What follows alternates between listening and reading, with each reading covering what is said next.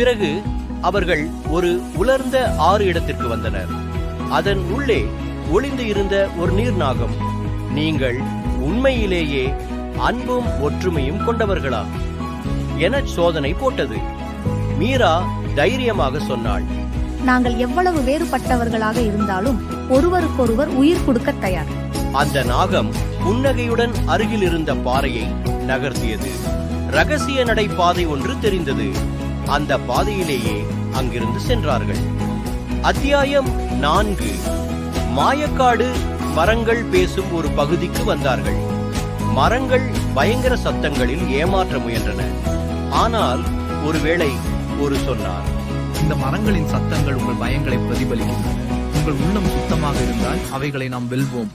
அவர்கள் உண்மையையும் ஒற்றுமையையும் கொண்டு மரங்களின் சோதனையை வென்றார்கள். அத்தியாயம்